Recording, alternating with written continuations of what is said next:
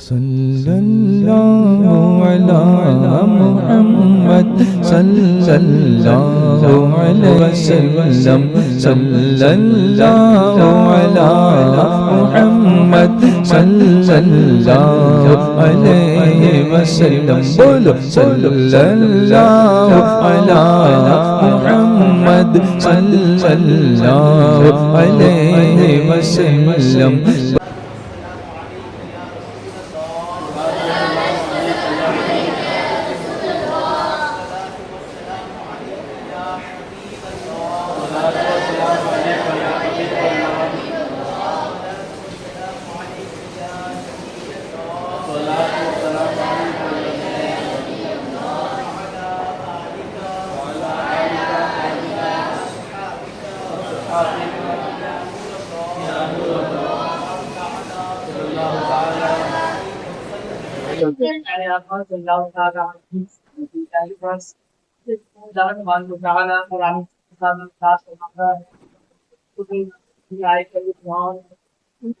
हर नफ्स को मौत का मजाक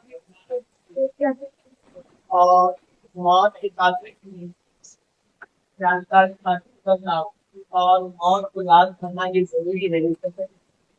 पूछा गया कि अक्लमंद इंसान कौन है?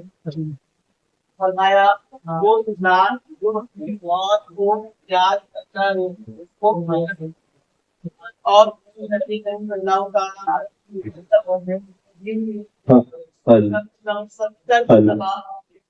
पढ़ते ताकि हमें अपनी मौत का एहसास हो। और मौत को याद करना ये अक्लमंदों की निशानी कही गई।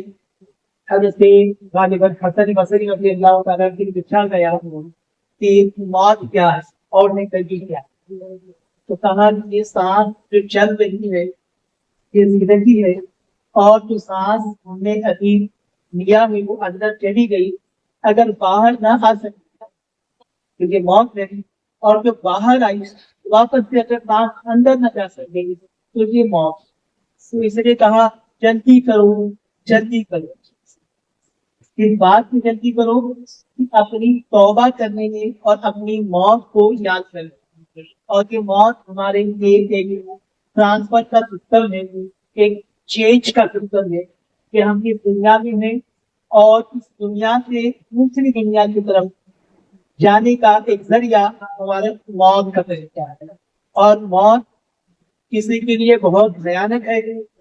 पूछा गया अल्लाह के नबी सल्लल्लाहु अलैहि वसल्लम से कि मौत कैसी, तो प्यारे आका सल्लल्लाहु अलैहि वसल्लम ने कहा कि मौत के ताल्लुक से कि अगर 300 तलवार, पहले के दौर में तलवारों से ही जो है जंग करते और तलवार का एक नस्ल ये भी बहुत नुकसान और घातक होता था, खतरनाक होता था, लेकिन कहा 1 2 3 नहीं बल्कि 300 तलवार एक साथ अगर किसी को छूटे, किसी को अगर नुकसान पहुंचाए तो उस बंदे की जो हालत होगी उससे ज्यादा खतरनाक और उससे ज्यादा तकलीफ दे ये मौत।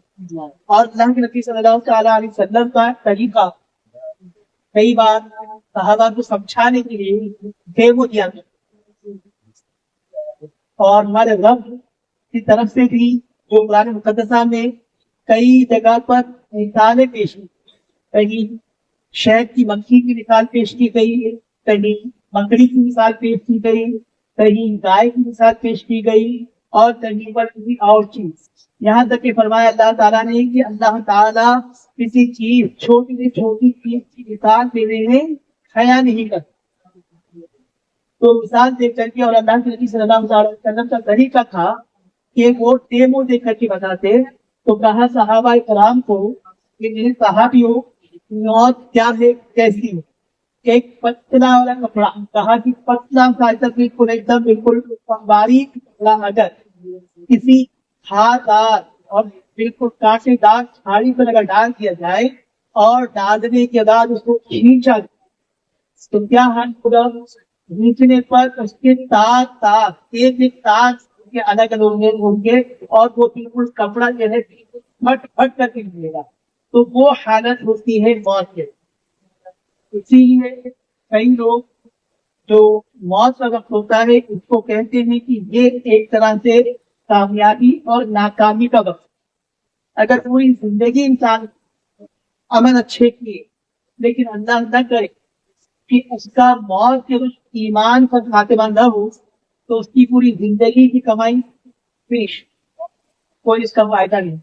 और अगर जिंदगी में वो बहुत अच्छे से अमल न कर सका लेकिन फिर भी अगर ईमान के साथ इस दुनिया से गया तो अब उसके लिए उम्मीदें हैं, अब उसके लिए कुछ चिराग जल रहे हैं, रोशन है कि अल्लाह अपने करम से उसे माफ कर दे, या तो अपने नबी सल्लल्लाहु अलैहि वसल्लम की शफाअत की बिना पर उसे माफ कर दे, या तो और की सिफारिश पर अल्लाह ताला करम कर दे। तो कई रास्ते खुलते हैं लेकिन जरूरत है ईमान। तो ये बड़ा अहम है। यहाँ तक कि हजरत बहनुल दाना रहमतुल्लाह ताला अलैह बड़े बुजुर्ग थे, वो एक बार बैठे थे, एक मजबूत बुजुर्ग थे, बैठे अपना घरोदा वगैरह रेत का बना रही थी और अपने में मस्त है और अपने रब की तरफ दाव लगा करके अपने अल्लाह को याद कर रहे। एक बादशाह की सवारी गुजर रही, बादशाह का लश्कर गुजर रहा है, बादशाह के साथ में हाथी घोड़े और बांध और बहुत सारी चीजें, इसके सिपाही फौज, उसके कमांडर, उसके जनरल, हर चीज मौजूद, कोई रोशनी सी था। लेकिन हजरत बहनुल दाना उधर करीब बैठे हैं, वो उनकी तवज्जो बिल्कुल नहीं। और जब देखा लोगों ने कि जिन्हें बादशाह की सवारी आ रही है तो हर कोई उठकर खड़े हुआ अदब के लिए, हर कोई कहने बादशाह के सलाम करने के लिए खड़े हुआ, हर कोई बादशाह का एहतराम करने लगा। लेकिन हजरत बहनुल दाना अपने अल्लाह की याद में इतने मस्त थे कि उन्हें कोई फिक्र नहीं, कोई परवाह नहीं, और उन्हें पता भी नहीं कि कोई आया या कोई गया।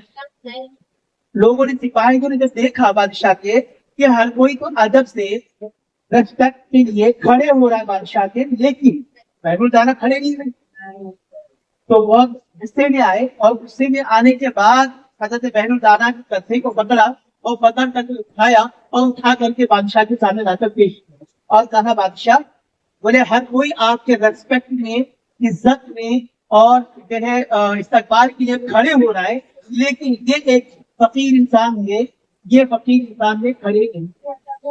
तो बादशाह को बड़ा ताज्जुब हुआ कि पूरा मुल्क का मैं बादशाह हूँ और मेरा रिस्पेक्ट करता है और मुझसे डरता है, लेकिन ये फकीर इंसान कौन जो मेरे रिस्पेक्ट में नहीं खड़े हुआ। तो उसको सजा नहीं दी और पूछा, क्या बाबा आप किस धुन में थे और कहाँ लगे हुए थे कि मुझे ध्यान नहीं दिया और मेरे रेस्पेक्ट के लिए खड़े हुए। तो कहा कि मैं अपने मालिक की, अपने रब की और तुझसे जो बड़ा जो सुल्तान है, बादशाह है, उसकी खिदमत में लगा हुआ। बोले मुझसे बड़ा बादशाह हूँ। और बादशाह को जब उसके बड़े बादशाह की बात कही गई ना तो बहुत बुरा लगता है ना। इसी इलाके में भी ऐसा होता है कि कोई बहुत रिस्पेक्टफुल इंसान है और या बहुत रेपुटेड इंसान है, उसके सामने कोई और आ जाए तो उसको थोड़ा सा और फील होता है। तो वो बादशाह को बहुत बुरा लगा कि मुझसे बड़ा बादशाह कौन है। तो बादशाह ने जो है अच्छा कि ये यकीनन कोई समझ से बाहर है और पागल है, दीवाना है, इसको कुछ समझा के कोई फायदा नहीं। तो एक तख्ता मंगवाया गया और तख्ते पे लिखा कि जो है दुनिया का सबसे बड़ा पागल तुम हो, यानी कि मैं दुनिया का सबसे बड़ा पागल हूँ, इस तरीके से लिखवा करके वो तख्ता बुजुर्ग के हाथ में दे दिया गया। बुजुर्ग ने लिया, देखा ये सबसे बड़ा दुनिया का पागल मैं। तो अल्लाह वाले किसी को बोलते भी नहीं, नाराज भी नहीं होते, कोई तकलीफ भी नहीं देते, तो उन्होंने चुपचाप लिया उस तख्ते को और रख लिया। और यह बादशाह ने उसे हिदायत की कि ये तख्ता उस वक्त किसी को देना जब तुमसे कोई बड़ा पागल मिले, तुमसे बड़ा कोई पागल तुमको दुनिया में मिल जाए तो ये तख्त उसको दे दे। कहा ठीक है। कुछ दिन गुजरे, कुछ दिन गुजरने के बाद हालात बदले, हालात की कपट बदली और जो है बादशाह अच्छा भला था लेकिन बीमार। अब बीमार हुआ तो जो है मुल्क के अलग अलग हिस्सों से डॉक्टर्स तबीब आए और उसका इलाज करने की कोशिश की, लेकिन जैसे जैसे इलाज करते रहे वो बीमार से बीमार और ज्यादा जो है कमजोर से कमजोर होता गया। होने के बाद इस हद तक ये बात फैली कि जो है दूर दूर तक लोग आने लगे, दूर दूर से डॉक्टर मंगाए गए, लेकिन कोई इलाज का असर नहीं। उसी वक्त जो है इस बाबा के पास, इस अल्लाह वाले बुजुर्ग के पास भी खबर आती है तो ये भी चले आते हैं कि चलो मैं इलाज करूँ। ये जब अंदर दाखिल होने की कोशिश करते हैं महल में तो पहरेदार पकड़ लेते हैं कि कहाँ जाए, तो कहा मैं बादशाह का इलाज करना चाहता। तो कहा तुम्हारी हालत देखो, तुम्हारी समझ है, तुमको नॉलेज है, तुम्हारे कपड़े कैसे हैं, तुम्हारा रहन सहन कैसा है, क्या तुम इसका बादशाह का इलाज कर सकते हो? मैंने कहा इलाज कर सकता हूँ, अगर तुम्हारे बादशाह की जान बचाना है तो मुझे अंदर जाना। बोले ठीक है। तो बड़े कहे वजीर मदा के दरमियान तक खबर पहुंचाई गई और बादशाह तक खबर पहुंची तो बादशाह ने काट दिए थे। हर एक कोशिश की गई, तो मेरी जान पर पड़ी हुई है तो किसी को परमिशन दे दो, तो परमिशन की गई। आया वो बुजुर्ग अल्लाह वाले हमें से बहलू दाना आए और आने के बाद बादशाह को देखा, लेकिन बादशाह बोले इतनी हालत हुई थी कि पहचान नहीं सका। तो बादशाह ने से पूछा हजरत बहलू दाना ने बादशाह जरा ये बताओ मुझे कुछ सवालों के जवाब दो फिर मैं तुम्हारा इलाज करूँ। तो बोले क्या है करो? तो कहा कि जब तुम लश्कर लेकर के जाते हो कहीं शिकार पर तो कैसे जाते हो? पूछा क्या मतलब? तो कहा कि कितने दिन पहले इंतजाम करते हो, कितने दिन पहले लोग जाते हैं, क्या इंतजाम होते हैं, क्या चीज होता है? तो कहा जब मैं शिकार के लिए जाता हूँ कहीं जंगल में तो कम से कम 10-15 दिन पहले मेरे वजीर, मेरे पूरे सिपाही, मेरी फौज, पूरा लश्कर लेकर वहां पहुंचती है, पूरे झाड़ियों का मुआयना होता है, हर तरह की सेफ्टी का ख्याल किया जाता है और वहां पर फिर खेमे लगते हैं, वहां पर मेरे आराम का इंतजाम का होता है, मेरे खाने पीने के लिए देगे चढ़ती है, मेरे साथ में कई मेरे मसाहिब होते हैं, मेरे ऐश व शरत का इंतजाम होता है, मेरे हर चीज का ख्याल रखा जाता है। तो मैंने कहा कि 10 और 2 कितने दिन रुकते हो? तो कहा 2 दिन 4 दिन जैसी भी तबीयत होती वैसा रुकता हूँ। तो कहा 2-4 दिन जब रुकते हो तो तुम्हारे खाने का इंतजाम, तुम्हारे रुकने का इंतजाम, तुम्हारे सोने का इंतजाम, तुम्हारे हर चीज का इंतजाम होता है। उनसे पहले वजीर जाते हैं, वो चेक करते हैं, हर चीज करते हैं, करने के बाद सारा इंतजाम होने के बाद तुमको लेकर जाया जाता है। तो ये जरा बताइए कि अब ये जो 2-4 दिन के सफर में तुम इतना इंतजाम करते हो, लेकिन इस बीमारी में तुम मुब्तला हो, ये मर्दे मौत है, इस बीमारी के बाद तुमको मौत आनी है और आखिरी सफर पर जाना है, उसके बाद अब वापस लौट के नहीं आना, वह हमेशा से रहना है, कब्र में रहना है। तो उसके लिए क्या इंतजाम, उसके लिए क्या इंतजाम है तुम्हारे पास? क्या तुम्हारी नमाजें दुरुस्त है? क्या तुम्हारे फराइज दुरुस्त हैं? क्या तुम्हारे वाजिबात अदा हो चुके हैं? क्या तुमने सुन्नतों पर अमल किया है? क्या तुमको अल्लाह के रसूल की तरफ से जो अहकामात दिए गए उस पर पूरी तरह से पाबंदी कर दी है और तुमने अपनी जिम्मेदारी पूरी निभा दी है? जो तुम बादशाह हो, आवाम की तय तुम्हारे लिए जो जिम्मेदारियां हैं, रियायत के ताल्लुक में जो जिम्मेदारियां क्या कर चुके हो, तो उसको एहसास होता है कि हाँ एक नमाज मैं गफलत पढ़ा रहा हूँ जिंदगी भर, लेकिन मेरी नमाजें दुरुस्त नहीं, मेरे वाजिबात सही नहीं, मेरे फराइज दुरुस्त नहीं, मेरी जिम्मेदारियां जो मैंने पूरी नहीं की है। अब रोता है और रोने के बाद बहुत अफसोस होता है। तो अब वो बादशाह तो वो बुजुर्ग अपने थैले में से, झोले में से वो लकड़ी का तख्ता निकालते हैं और कैसे बादशाह कैसे पहचानते हो? तो उसकी समझ जाता है कि हाँ जैसे मैंने ही लिख के दिया था। तो कहा कि अब ये तख्त जो तुमने मुझे दिया था कि दुनिया का सबसे बड़ा पागल मैं हूँ, तो ये तख्ता अब तुम्हारे काबिल, क्या तुम्हारे हाथ में ये तख्ता ना दिया जाए? तो कहता है बादशाह की यकीनन अब मुझे लगा कि मैं दुनिया का सबसे बड़ा पागल हूँ कि जो मैंने बादशाह जैसी जगह पर रहते हुए भी मैंने अपने जो फराइज और वाजिबात से गुज़ारी की और जो मैं खिदमत करना चाहिए वो नहीं कर पाया। प्यारे आका सल्लल्लाहु अलैहि वसल्लम के प्यारे दीवानों, वज़ाहिर ये वाक़या हज़रत बहलू दाना ने उस बादशाह के हाथ में, लेकिन अगर हम तसव्वुर में सोचें, ख्याल करें तो वह हमारे हाथ में लाइव दिखाई नहीं दे रहा है, लेकिन हमारे हाथ में भी है। ये हमने जो इल्म सीखना था, हमने जो जिम्मेदारियां निभानी थी, हम एक मुसलमान की हैसियत से जो काम करने थे, क्या हम कर पा रहे हैं? आज यहाँ पर मुबल्लिगीन सुन्नत के मुताबिक मुझे पिछली बार भी और इस बार भी एक ही वही टॉपिक किया है कि जनाजे के ताल्लुक से ये टॉपिक क्यों दिया जाए? वजह यह है कि हमारा कोई अजीज, हमारे कोई करीबी, हमारे कोई रिश्तेदार इंतकाल कर जाता है और हम ढूंढते हैं, कोई गस्तार मिल जाए, कोई एक मैयत को गुस्ल दे दे, कोई कफन दे दे, कोई जनाजा पढ़ा दे, कोई कब्र में उतार दे, हमको पता नहीं। हम बहुत सारी दुनिया की बहुत सारी चीजें सीखे हैं, बहुत सारी चीजें बड़े बड़े चैप्टर हमने पढ़े हैं, याद किए हैं और उसको हमने जो एग्जाम देख के पास भी कर लिया और हमारे बच्चों के लिए भी अपनी तैयारी किया है। 1-1 लाख रुपए की जो क्लासेस लगा करके हमने उस बच्चे को तैयार किया। लेकिन क्या नमाज, रोजा और उसके बाद जरूरत की जो चीजें हैं वो सही किया। सोचें कि जो बैठे हैं वो अगर अपने आप से सोचें, अगर आपका कोई करीबी रिश्तेदार का इंतकाल हो जाए, उसमें कोई भी हो सकता है, हर एक की मौत है, मुझे भी मरना है, आपको भी मरना है। उसमें से कोई भाई हो सकता है किसी का, कोई किसी का वालिद हो सकता है, कोई किसी की माँ हो सकती है, बहन हो सकती है, बीवी हो सकती है, बच्चे हो सकते हैं। लेकिन क्या अपने वालिद की मैयत में खड़े हैं हम दुआए जनाजा, दुआए मैयत पढ़ने के लायक हैं? पूरी जिंदगी जिस बाप ने मेहनत करके मशक्कत करके कमा के खिलाया, उस बाप के लिए दुआ करने के काबिल है? वो जनाजे की दुआ तक याद है। उसी की जगह पर आप रॉक और पॉप और इसके अलावा अभी नया सिस्टम आता है वो नहीं आए, ऐसे कई गाने सिस्टम आते हैं जो बच्चे जो है अल्फाज बोलते हैं, कंची की पढ़ते बोलते हैं कि मीठे बोलते हैं, क्या बोलते इसको? रैप। हाँ, रैप बोलते हैं। तो इस तरीके से राग जैसे बोलते हैं, यानी कि कई अल्फाज होते हैं वो कंटिन्यू बोलते हैं। लेकिन अगर दुआ खुद पढ़ने के कहा जाए अल्लाह माइना नस्तईन व नस्तगफिरुका व नहीं भी कवरे में तुम्हारे वक्त नहीं याद होगा। इसी तरीके से मैयत की दुआ अल्लाहुम्मा अग़फिर ली हय्यिना व मय्यितिना व शाहिदिना व गायबिना व सगीरिना व कबीरिना व ज़करिना व उन्साना, ये याद नहीं होगा। लेकिन रात याद हो जाता है, गाने याद हो जाते हैं। इसमें दोनों की जिम्मेदारी है, उस औलाद की भी कि उसको खुद को अपने लिए करना है, दूसरा जो है उस बाप की और माँ की और बड़े घर में जो है उनकी जिम्मेदारी है कि अपने घर वालों को, बच्चों को सिखाएं।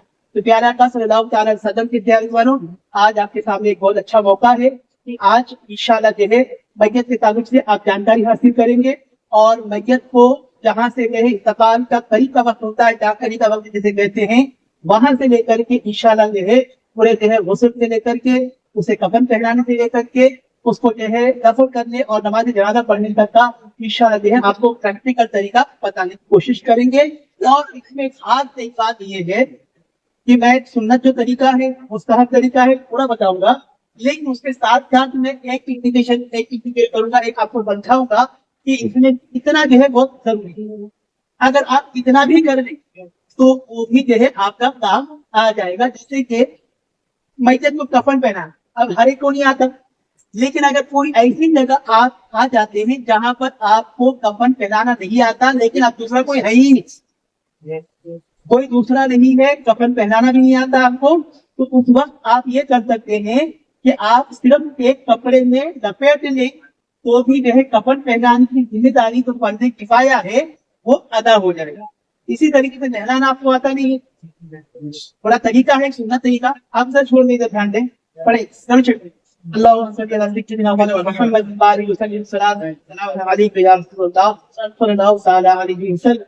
अल्लाह का तरीका आपको नहीं याद है, ठीक है, कोई बात नहीं। अगर कोई ऐसी जगह, आप कई बार ऐसा होता है जो अपने गांव में जाते हैं, अपने वतन जाते हैं, कोई यूपी वाला है, कोई कुफर वाला है, कोई और महाराष्ट्र या फिर कर्नाटक का किसी इलाके का है, किसी देहात में चला गया और वहां मैयत हो, तो कभी कभी ऐसा होता है कि कोई नहलाने वाला, कोई कफन पहनाने कोई नहीं होता, तो कम से कम वहां आप इतना तरीका सीखें कि आप ये तो हो जाए कि फर्ज है वो फर्ज अदा हो जाए। आप अगर सुन्नत तरीके से नहीं कर पाएंगे, लेकिन कम से कम जो फर्ज है वो तो अदा हो जाएगा इंशाल्लाह।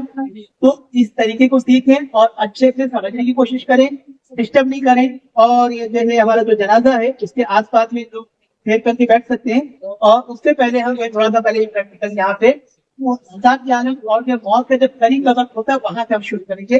तो कोई कौन साथी है जो आगे बढ़ करके जो है वो मैयत की प्रैक्टिकल सपोर्ट कर, नहीं बच्चों में तो नहीं दिया, क्योंकि बच्चों में से जगह पर हमारे लिए परेशानी होती है कि माँ बाप नाराज हो जाते हैं, बच्चों में से नहीं लेंगे, जिम्मेदार है हम उसको लेंगे।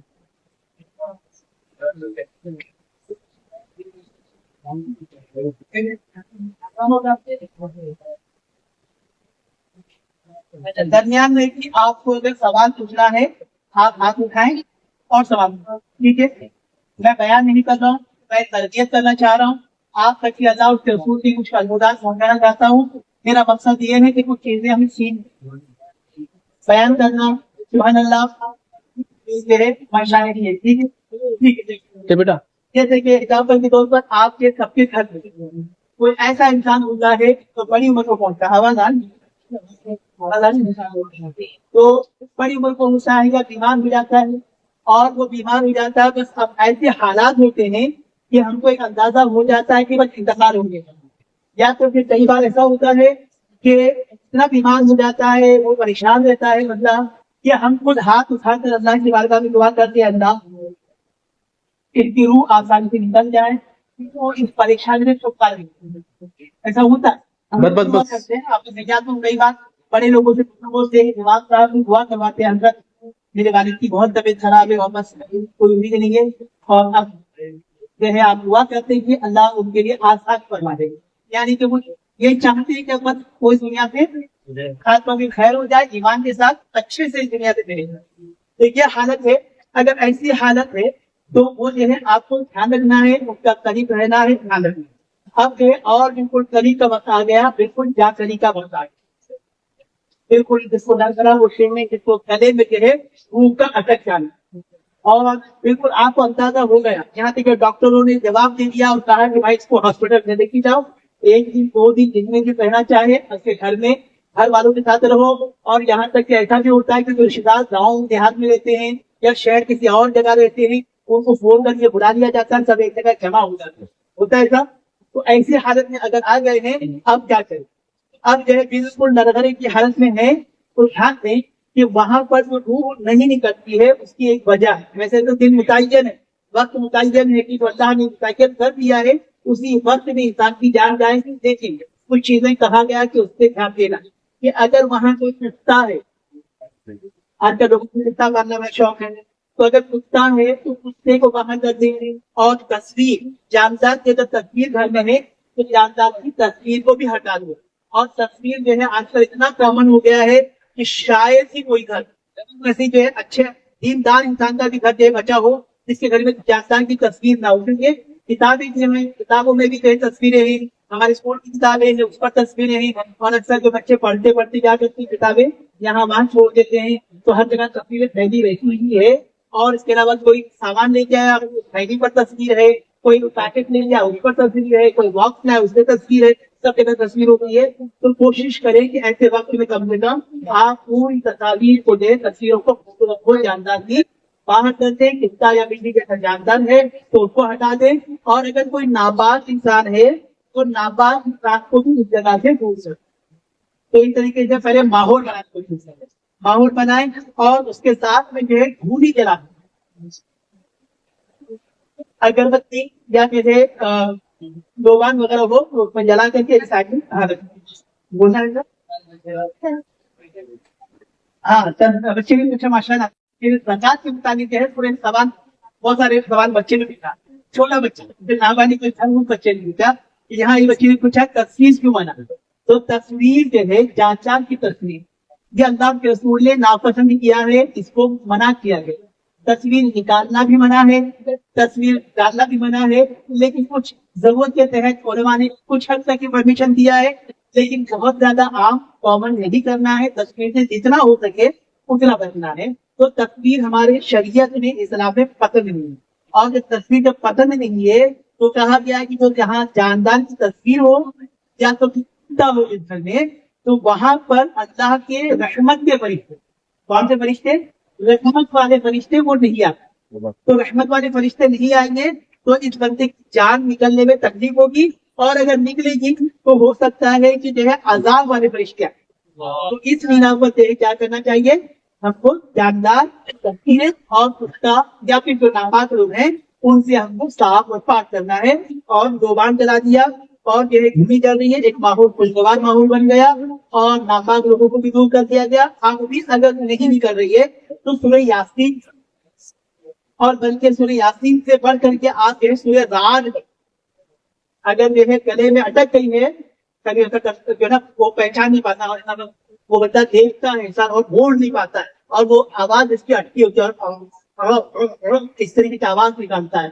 तो कुछ लोगों ने हो सकता है पहली बार किया हो, किसी के अगर घर में वहाँ किसका इंतकाल हुआ और करीब रहा होगा तो देखा होगा उन्होंने, तो इस तरीके से हालत होती है। तो वहां पर जो है शोर करने की बजाय क्या करें, सूरह रात पढ़े, उसकी तिलावत करें और अच्छा अंदाज से करें। अब ये भी नहीं कि वहां पर सब लोग बैठे हैं, 4 लोग 6 लोग सब लोग कुरान पढ़ रहे हैं, ऐसा सब लोग जो है जोर की आवाज से कुरान नहीं पढ़े, बल्कि कोई एक बंदा क्या करे, अच्छी आवाज में, थोड़ी सी गलत आवाज में, कि जो है जो बंदा जो बीमार है, वो मर्जुल मौत में मुब्तला है, उसके कान तक आवाज पहुंचे, इस तरीके से अच्छे अंदाज में कुरान पाक की तिलावत करे। और साथ साथ में क्या कर सकता है कि कुरान पाक की तिलावत करे, और वो इससे पहले या बाद में वो उसको तलकीन करे। तलकीन क्या होता है कि ला इलाहा इल्लल्लाहु मुहम्मदुर रसूलुल्लाह सल्लल्लाहु तआला अलैहि वसल्लम, ये पढ़ने की तलकीन करना। लेकिन उलमा ने कहा कि अब तलकीन न करे कि पढ़ो, क्योंकि क्या होता है कि ऐसी हालत होती है जो बंदे की कि बस उसको होश नहीं रहता, और अगर उसने जो है वो सर हिला दिया या नाक के जबान से निकाल दिया, कहना कुछ और चाह रहा था लेकिन वो कह दिया, तो हो सकता है कि उसका खातिमा खैर पर ना हो, ईमान पर ना हो। इस बिना पर उसको पढ़ने के लिए कहा ना जाए, बल्कि पढ़ा जाए। फिर इसमें भी कुछ और थोड़ी सी सहूलत चाहिए गई कि कहा गया पूरा कलिमा ला इलाहा इल्लल्लाह मुहम्मदुर रसूलुल्लाह, ये ना बोले, बल्कि क्या कहे, सिर्फ मुहम्मदुर रसूलुल्लाह मुहम्मदुर रसूलुल्लाह मुहम्मदुर रसूलुल्लाह सल्लल्लाहु अलैहि वसल्लम, इसकी पे तकरार करें। वजह क्या है कि जैसे कि कहा गया ला इलाहा इल्लल्लाह, तो इसमें अगर किसी ने कहा ला इलाहा और उसकी जबान अटक गई और वो निकल गई, तो ये भी जो है उसके कुफ्र पर मरने की अलामत होने के अंदेशे हैं। क्यों? क्योंकि ला इलाहा मतलब कोई खुदा है ही नहीं भैया, ये मतलब है। उसका अगला पार्ट इल्लल्लाह ये कहना जरूरी है। लेकिन वो बंदा जो है मर्ज में पड़ा है, तो हो सकता है उसकी जबान अटक जाए, तो इसके लिए कहा मोहम्मद रसूलुल्लाह मोहम्मद रसूलुल्लाह मोहम्मद रसूलुल्लाह कहे। तो जब ये कहेगा ना, तो अगर मोहम्मद कह करके सल्लल्लाहु अलैहि वसल्लम अगर कह करके अगर जबान अटक गई तो कोई फर्क नहीं, अगर मोहम्मद रसूल कह करके अटक जाए तो कोई प्रॉब्लम नहीं, अगर मोहम्मद रसूलुल्लाह कह करके अटक जाए तो भी कोई प्रॉब्लम नहीं, बल्कि उसका ईमान पर खातिमा होगा। तो इस तरीके से कोशिश करें, और हो सके तो पूरा कलमा में पढ़े, कोई प्रॉब्लम नहीं। ठीक है। अब जो है जैसे कि इंतकाल हो गया, उस जमाने जो है वो इंसान की जो है रूह निकल गई। अब रूह जब निकलती है तो बीमार इंसान हालत खराब रहती है, कभी कभी उसके हाथ पैर जो है इस तरीके से थोड़े टेढ़े रहते हैं, तो उसके हाथ वगैरह को जो है क्या करें, सही करते, और उसका बिल्कुल जो करीबी रिश्ता है वो क्या करें, उसको हाथ वगैरह को सही करें। अब इतिहाद ऑलरेडी जो है भाई ने हमारे जो है सही करके ऑलरेडी सही करके रखा हुआ है, तो इसके कोई टेंशन नहीं है। अब आंखें कई बार रहती है और कई बार आंखें बंद रहती है। आंखें अगर खुली है तो प्यार से मोहब्बत से बहुत नरमी के साथ जो बंदा आंखें उनकी बंद कर सकता है, वो आंखें भी बंद कर, इस तरीके से आंखें बंद करते हैं, आंखें बंद करते। और इसके अलावा मुंह खुला रहता है, तो मुंह खुला रहता है तो इस गिरा पर जाकर नीचे से जो है जबड़े की तरफ से एक पट्टा लेकर के जो है कपड़े का वो बांध दे और सर के ऊपर, ताकि जो है मुंह खुला ना रहे। क्योंकि जैसे ही रूह निकलती है उसके बाद जो है खुद उनके जिस्म पर उनका कंट्रोल नहीं रहता है। इस बिना पर मुंह बंद करने के लिए क्या करें, पट्टा बांध दे, आंखों को बंद करा दे, हाथ सीधे कर दे, पैर को सीधे कर दे। और ऐसे कपड़े, जो कपड़े उसको जो है गुस्ल के वक्त में परेशानी करेंगे, तो चाहे तो उसको भी चाक करके निकाल सकते हैं, और एक कफन का कपड़ा जो है एक उड़ा सकते हैं। एक कपड़ा का जो है एक सादा कपड़ा, घर की कोई चादर भी हो, 7 और 5 चादर में है, आप उसको उड़ा दें, कोई जरूरी नहीं कि व्हाइट चादर। और लिटाने का कैसा, अब जब ये हालत है तो लेटाने के लिए जो है इसको क्या कर सकते हैं कि सीधी करवट, जैसे ये लेटे हैं ना, तो ऐसे ही इसको सीधी करवट करें। सीधी करवट पे अगर लेटा सके, इसमें क्या होगा कि इनकी जो है सूरत, इनका चेहरा किस तरफ होगा, तो सीधी करवट में अगर लिटा देंगे तो इनका चेहरा किबले की तरफ हो जाएगा। और सेम इस पोजीशन में जब कब्र में रखा जाता है तो तब भी यही पोजीशन हो, तो कब्र जो है वो चेहरा जो है किबले की तरफ हो गया और ये हो गया। अगर ये इस तरीके से ना कर पाए तो एक तरीका और है, लेकिन उसमें थोड़ा लोग लग जाते हैं, लेकिन बता देता हूँ तरीका, ताकि आपको कहीं देखें तो कहीं आग लड़ेंगे। एक तरीका ये है कि इनके पैर को किबले की तरफ है, पैर को इधर करें किबले की तरफ, और पैर को जब किबले की तरफ रख दिए तो इनके सर के नीचे थोड़ा सा तकिया या कोई चीज रख करके सर में उठा दें और इनका चेहरा किबले की तरफ हो जाए। तो इस तरीके से इनके पैर इनका चेहरा, इनके हाथ, इनकी पूरी बॉडी जो है इस तरफ हो गई, किबले की तरफ हो गई।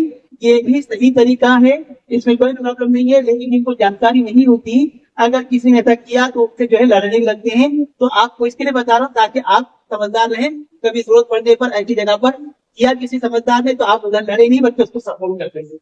और अगर दोनों तरीका नहीं तो जिस तरीके से चाहे, जैसा लेटा है, चाहे मैयत जैसा लेटे, जैसा सहूलत हो वैसा कर दे। ठीक है, ये हो गया। अब ये होने के बाद अब जो है नहलाने की तैयारी करें। तो नहलाने के लिए जो है क्या इंतजाम करने की जरूरत पड़ती है, बताइए जरा, क्या जरूरत पड़ती है? पानी और बेल के। अब बेल के पत्ते जो है ना वो पूरा तलाश कर लेते हैं, जैसे यहाँ मेरे ख्याल में करीब होगा, लेकिन हमारे जैसे बम्बई के इलाके में कहीं पेड़ वगैरह नहीं है, तो लोग जो है पूरा बम्बई तलाश मार करके जो है लेके आते हैं बेल का पत्ता। और कभी कभी क्या होता है कि किसी रिश्तेदार अगर ज्यादा लोग हैं तो 10-15 लोग पहुंच जाते हैं और पूरे बेल का झाड़ एक तरह से उखाड़ के लेके आते हैं। तो इस तरीके से ऐसा करने की जरूरत नहीं है। पेड़ में पत्ते डाल करके ये नहलाना ये बेहतर तरीका है, लेकिन फर्ज और वाजिब नहीं है। ये बेल का पत्ता जब डाल के पानी को गर्म किया जाता है तो उसकी वजह से जो है जब मैयत को कब्र में रखा जाए तो उसको कीड़े जल्दी नहीं लगते हैं। बस ये वजह से बेल के पत्ते का इस्तेमाल किया जाता है, वरना फर्ज और वाजिब नहीं। अगर किसी जगह पर बेल के पत्ते न मिल सके तो बिना बेल के पत्ते के भी आप जो है पानी को गर्म कर सकते हैं। और पानी को गर्म क्यों करते हैं? पानी को गर्म करते हैं ताकि जो है उसकी गंदगी पूरी तरह से अच्छे से साफ हो जाए। अगर पानी कहीं पर गर्म करने की सहूलत न हो तो क्या करें? ठंडा पानी मिला सकते हैं। तो जो सादा पानी है वो सादा पानी भी नहला सकते हैं, लेकिन गर्म पानी वो बेहतर है। और उसको कहते हैं नीम जल। क्या कहते हैं उसको? नीम गर्म मतलब नीम और गर्म ऐसा नहीं है, बल्कि नीम मतलब आधा, थोड़ा थोड़ा गर्म, जिसको कुनकुना भी बोलते हैं। तो ऐसा हल्का सा जिसमें हम नहा सकते हैं। उसके लिए पहले जब गर्म हो जाए तो हाथ अपना फुट डाल करके या तो जैसे मंगे से लेकर के पानी चेक कर सकते हैं। लेकिन अगर बिना हाथ खुदा हुआ या बिना वजू वाला अगर हाथ डालेगा तो पानी पानी मुस्तमल हो जाएगा, वो अलग मसला है, उस तरफ नहीं जा रहा हूँ। तो इस तरीके से पानी गर्म कर लिया, अब जो है बिल्कुल तैयार है।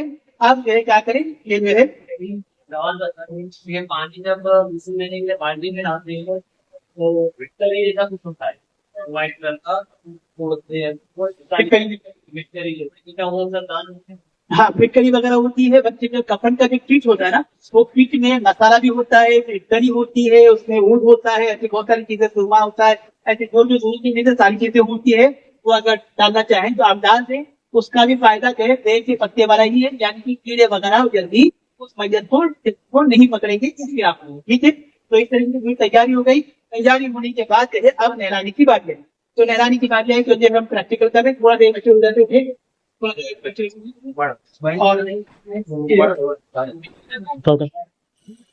ये जो हमारा जो है हाँ तस्वीर को आस पास में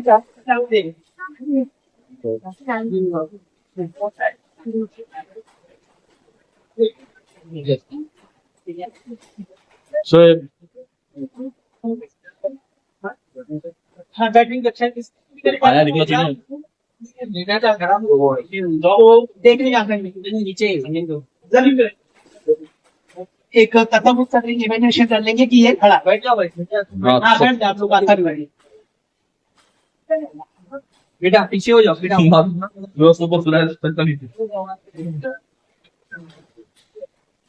बॉडी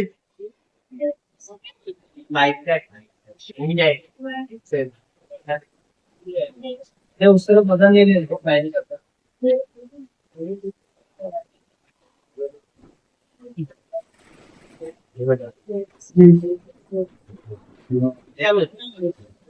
पाइप का पानी का निकला हुआ है ज्यादा है पैर करेंगे चलो बोला बैठ के बोले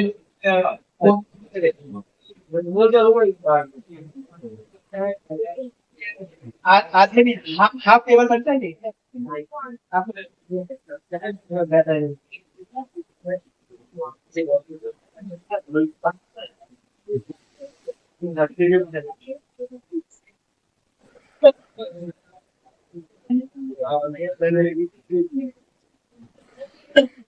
बैठ जाओ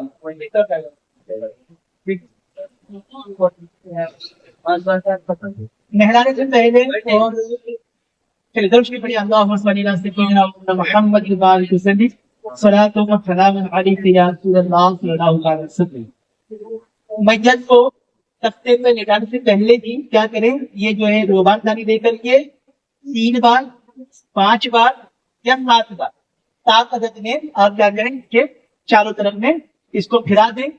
ये भी जो है एक मुफ्ताह तरीका, ठीक है।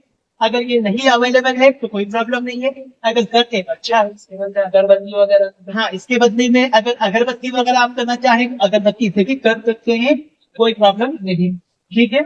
और अगर ये दोनों अवेलेबल नहीं है कोई भी, उसमें भी कोई मसला नहीं है, आप चलेगा। ये हो गया। होने के बाद आप जो है नहलाने की बात करें, तो नहलाने से पहले आपको उनके कपड़े उनकी तरफ से हटा, तो आप जो बनता कपड़े पहने में हो, कुर्ता पैजामा पैंट शर्ट जो भी पहने हुए होगा, तो पहने होने की बिना पर जो है उसको निकालना आसान नहीं होगा मैयत का। तो कैंची से काट कर निकालने की इजाजत है। तो कैंची से चाहे तो आप काट करके निकाल सकते। कैंची लाए पानी काटेंगे, लेकिन कैंची से काट करके निकाल सकते हैं। तो कैंची से काट कर निकाल लेंगे और उसके बाद जो है ये अपने हाथों में जो है हाँ ग्लव्स पहन लेंगे। और पहले के दौर में ग्लव्स नहीं होते थे, आमतौर पर अवेलेबल नहीं होते थे, तो लोग जो है कपड़े का ही जो कपड़ा कपड़ा होता है उसी कपड़े को हाथ में लपेट देते थे, ताकि जो है उनका और हमारा ये हाथ बिना जो है किसी कपड़े के या किसी चीज के, बिना हाथ के बिना पर्दे के जो है वो टच ना करे। और अब कपड़ा निकाले और कपड़ा निकाल करके क्या करेंगे, कपड़ा निकाल करके इनकी नाक से लेकर घुटने तक, नाक से लेकर घुटने तक के जो है इतना स्टार्ट भाग पूरा पैसे लगे भाग।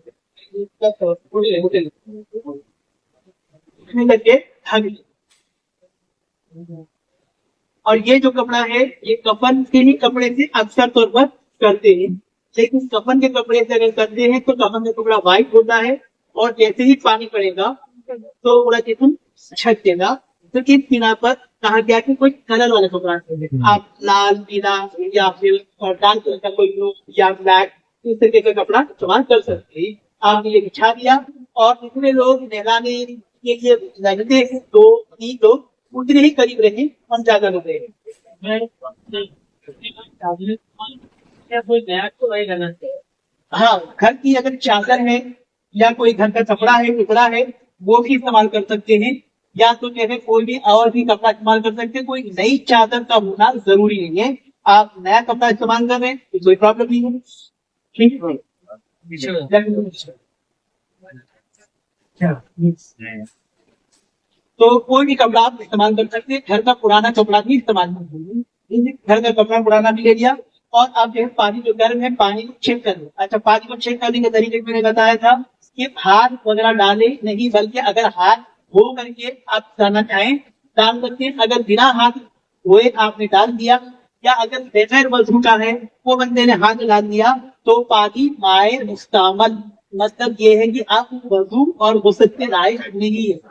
लेकिन अक्सर जो लोग जानकारी नहीं रखते हैं वो लोग पानी गर्म हुआ फिर हाथ डाल करके देखते हैं, तो हाथ डाल करके नहीं देखना है। या तो आप बिना हाथ लगे बिना उसके डूबे हुए आप एक जग में मध्य पानी ले करके आप अपने हाथ पर या अपने पैर पर डाल करके चेक कर सकते हैं पानी गर्म हुआ नहाने के लायक है या नहीं। अगर ज्यादा गर्म हो गया तो आप पानी ठंडा पानी मिला करके नहलाने के लायक बना देते।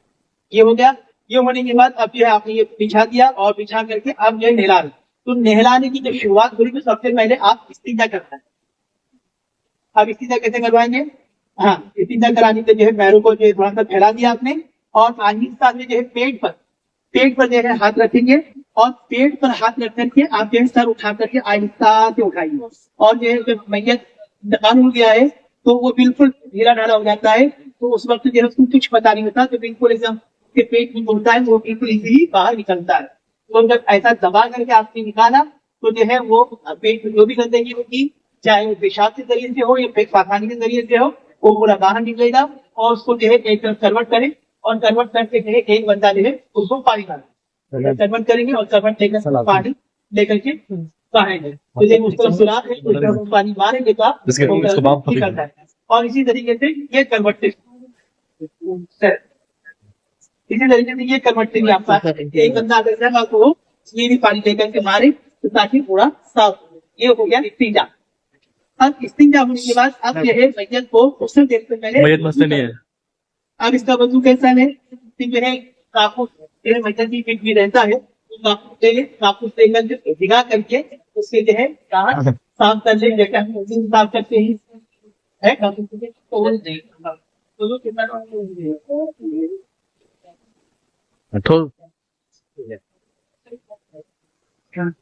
इस तरीके से जो है आप दांत साफ कर लें। इसी तरीके से दूसरा कपड़ा लेकर के आप नाक साफ कर लें क्योंकि पानी से डालने की कोई जो नहीं समझ आएगा क्योंकि वो पेट में जाएगा।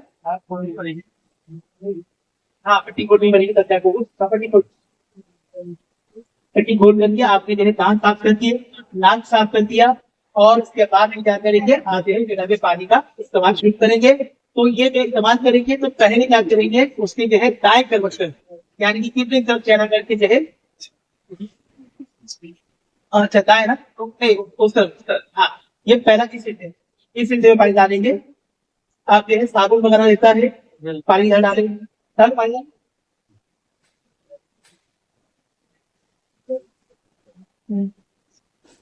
पानी लेकर के पानी आपने डाला पूरा और जो है दिल को बाएं करवट भी आपने पानी डाला बाएं करवट दाएं करवट दोनों पानी डाल करके उसके बाद में जो है जो किट होता है उसमें साबुन होता है या तो जो है शेरू करके चीज होती है वो चीज के जरिए से आप बाल और दाढ़ी धो सकते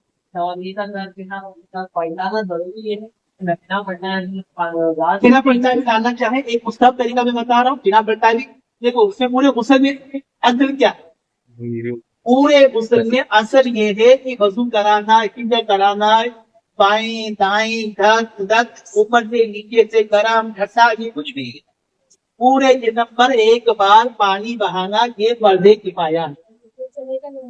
कहीं फंस जाते हैं आप जहां आप नहीं कर पा रहे आपको नहीं समझ में आ रहा कि आपको सपोर्ट करने वाला नहीं है कोई इंतजाम नहीं है तो आप एक बार पानी पूरे जिस्म में बहा दें बस। बाकी जितनी चीजें बता रहे वो सब एक पुस्तक बताते हैं उनकी जरूरत है ताकि हर चीज जरूरी है। तो एक तरीके से आपने बाएं और दाएं में से पानी डाला और डाल करके गेहूं या फिर साबुन आता है आजकल साबुन आता है मेरे से वो साबुन के जरिए से आप जो है दाढ़ी और मेरे हाथ को धो लें और उसके बाद धोने के बाद पूरे जिस्म को भी पानी लगा के साबुन लगा करके अच्छे से फिर वापस से दाएं और बाएं करके डाल दें। अब अगर समझो कि कहीं पर ऊपर से भी कोई देख सकता है या ज्यादा लोग हैं तो वहां पर पर्दा से ताकि जो है वो लोग गुस्ल करवा रहे हैं वो 2 या 3 बंदे की देखे बस इसके अलावा नहीं देखे। और जो गुस्ल करवा रहा है उसके लिए हुक्म ये है कि अगर गुस्ल करवाना है और उसके किस्म से कोई ऐसी चीज देखे जो ऐब उस शक्ल में यानी वो लोगों को बसाए तो उसकी वजह से उसकी बेइज्जती होगी तो ऐसी चीज का जिक्र कहीं मत नहीं करना है।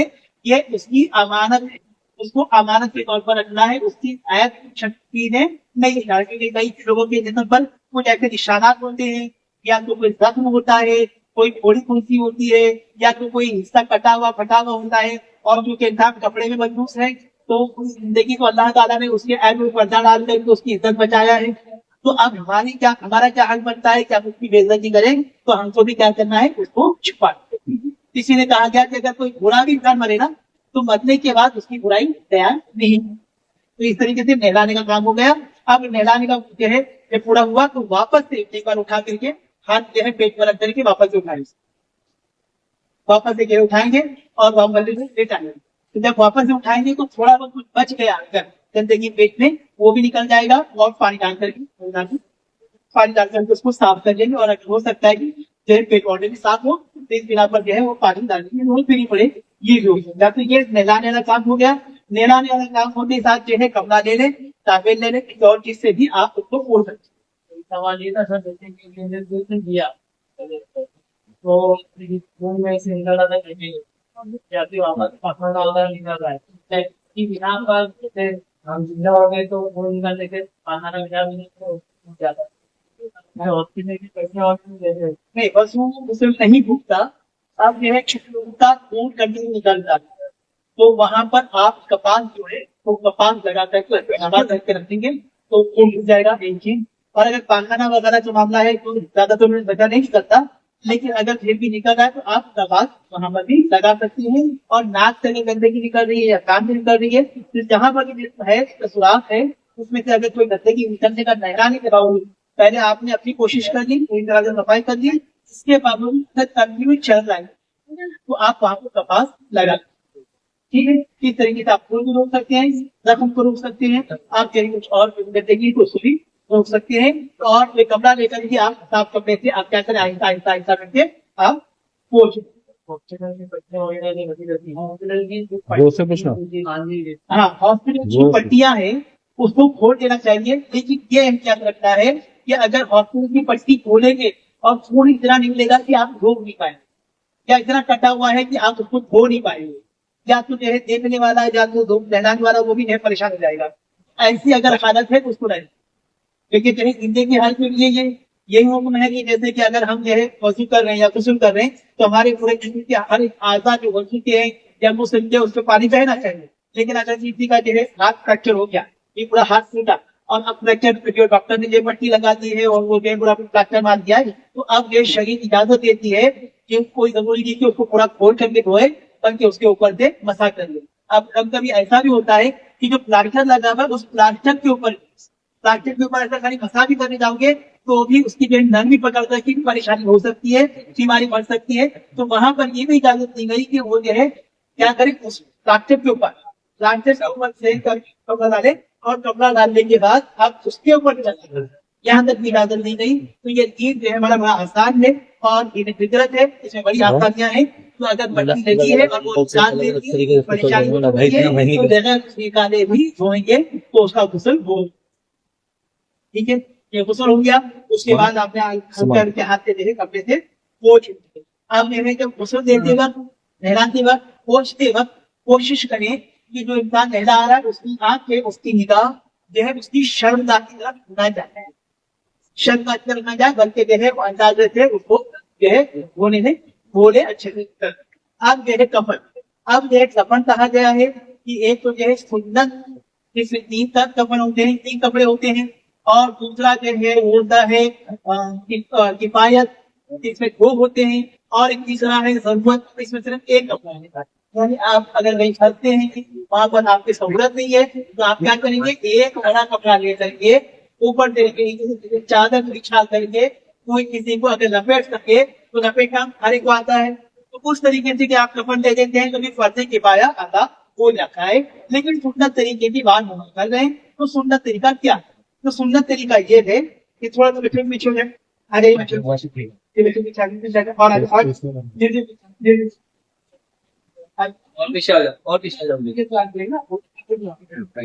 हाँ, तो इसमें जो है 3, एक है चादर। चादर कितनी बड़ी होती है, मैयत के जो है सर से लेकर के पैर तक की होती है, और सर और पैर से भी थोड़ा सा इस तरफ आगे और इस तरफ भी आगे, यानी निशान के ऊपर अगर मैयत 5.5 फीट की है तो कम से कम 6.5-7 का ये चादर होगा। और ये चादर को सबसे पहले बिछाते हैं।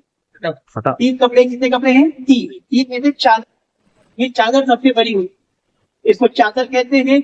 और इसी को जो है और दूसरा जो है एक है इज़ार। इज़ार मतलब है पैजामा, इसका दूसरा नाम है तहमत।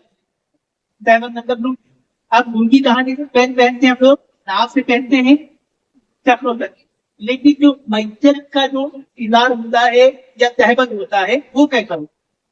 मैयत का तहमत और इज़ार वो जो है नाव से चक्रों तक नहीं होता, बल्कि सर से लेकर के पैर तक। कहाँ से लेकर? सर से लेकर पैर। तो सबसे पहले चादर बिछाया, फिर उसके बाद में जो है आप बिछाएंगे इज़ार या तहमत। थोड़ा काफी नहीं है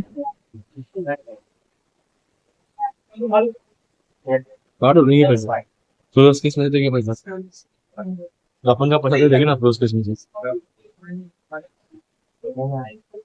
जस अच्छी मंगा ना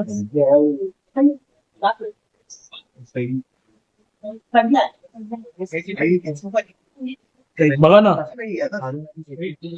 जा हवे बच गया उधर है चाकू है ना एक मिनट चाकू लेकिन चादर से थोड़ी सी छोटी रहेगी ये इजाज या तहमन।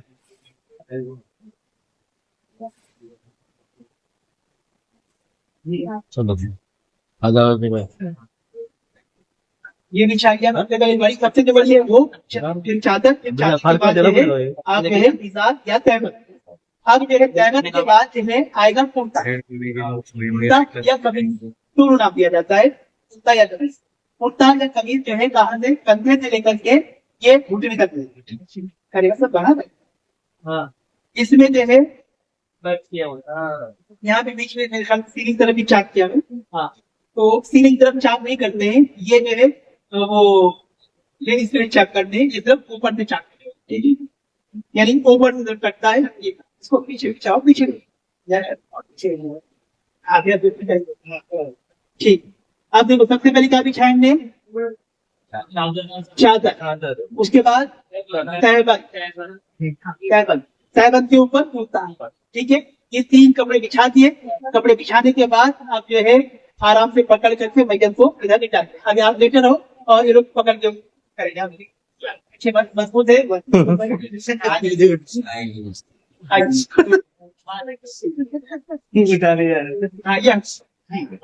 नहीं ऐसे पहले नहीं हटाएंगे बल्कि ऐसा नहीं होता करता ये है। सत्र का ख्याल ऐसी है करेंगे, ठीक है?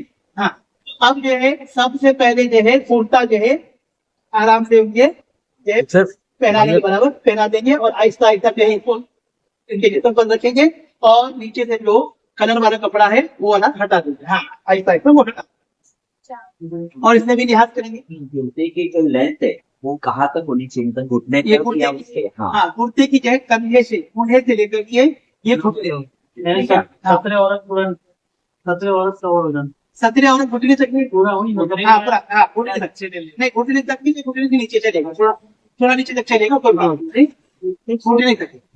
जब उससे शुरू किए थे उस वक्त जो चादर इस्तेमाल होती है और पोछने के बाद एक गीली चादर ढकना पड़ता है हाँ ताकि वो जो गीली चादर पेपर डालेंगे तो ये गीली हो जाएगी। हाँ। इसके लिए डालते हैं, लेकिन ये अगला जो है हमारे मैरिज पे करके आ गए हम लोग बिछा कट दिया हमारा। तो एक चादर ये है हाँ ये चीज बीच में छोड़ दिया कि जो गीली चादर हमने बिछा करके जो है जैसे पानी डाला था उसको हम आहिस्ता से हटा करके एक जो है कपड़ा डालेंगे डाल करके ताकि सूखा कपड़ा रहे और उसके बाद जब कफन के ऊपर हम लिटाएंगे तो उस गीले कपड़े की वजह से हो गया होगा, ठीक है? तो गीले कपड़े की वजह से गीला कफन जो है गीला ना हो। तो सबसे पहले जो है कुर्ता, ये कुर्ता बिछाया गया और कुर्ता कपड़ा और देखा गया है जो कि या नाक से ये यहाँ से उन्हें सब बीच में डाला जाता है और उसके ऊपर एक वही वो है जहाँ से दूसर होने के बाद जो सूखा कपड़ा डालते हैं उसको वैसे ही रख देते हैं, फिर उसको हटा देना चाहिए क्योंकि सुन्नत तरीका ये है कि मैयत इन्हें इसी कपड़े हैं। अभी अच्छा मुझे लोग मुबल्लिगीन वगैरह या तो जैसे सुन्नत पर अमल की ज्यादा शौक होता है तो अमामे के साथ भी जो है वो लोग दफनाते हैं। तो अगर अमामे के साथ भी दफना रहे ठीक है, लेकिन कई उलमा ने इसको इस्लाम आप सुन्नत की बहुत मोहब्बत बता रहे हो लेकिन जिंदगी भी कितना मुझे पता नहीं। और मैंने यहाँ तक देखा है कि कई ऐसे लोग के नमाज भी नहीं पढ़े कभी न कभी रोजा रखा और न कभी मस्जिद की शक्ल देखा, लेकिन जो है वो जब मरे तो उसको जब बात के कभी सुन्नत पे अमल ही नहीं किया, लेकिन मरने पर कहे सुन्नत की बात तो वही है। तो हमारे इसको मना किया लेकिन तो हमारी इसकी इजाजत भी दी है, तो उस तरह की बात है उस तरह हम नहीं जानते। तो ये कुर्ता हमने बिछा दिया और कुर्ता बिछाने के बाद जो है अब जो है कुर्ता ज्यादा है तो हमने क्या किया पहले लेफ्ट वाला जो है उसको फोल्ड करेंगे। लेफ्ट वाला पहले फोल्ड करेंगे। हमेशा आपने देखा है कि पहले राइट वाला होता है ना, तो लेफ्ट वाला फोल्ड इसके लिए करेंगे क्योंकि जो है राइट वाला ऊपर रहेंगे, राइट वाला ऊपर है। और अगर ज्यादा चौड़ा नहीं है तो आप वैसे नॉर्मली भी छोड़ सकते हैं। अगर ज्यादा चौड़ा नहीं है तो आप वैसे भी छोड़ सकते हैं और है चौड़ा तो आप जो है लपेट। तो ये सबसे पहले आपने कुर्ता ये लपेट दिया, कुर्ता या कमीज कहते हैं। उसके बाद ये तहबंद यानी जो है सर से लेकर के सर की फूटी से लेकर के पैर तक के ये भी जो है पहले लेफ्ट वाला लपेट लेंगे और फिर जो है राइट वाला ताकि राइट वाला ऊपर लपेट। इसको बांध देंगे इस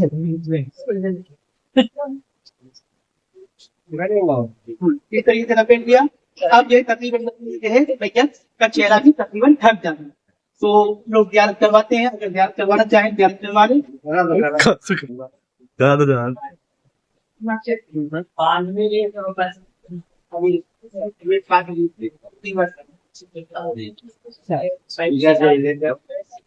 बाद में विचार करते हैं। सर के ऊपर तक सबसे ऊपर पहले चादर रहेगी, फिर उसके ऊपर तैमन, लंबाई के ऊपर तैमन की लंबाई, लंबाई जो है तैमन की लंबाई सर तक पूरा लेना है। हाँ, तैमन की लंबाई सर की चोटी से लेकर के पैर के टखनों तक।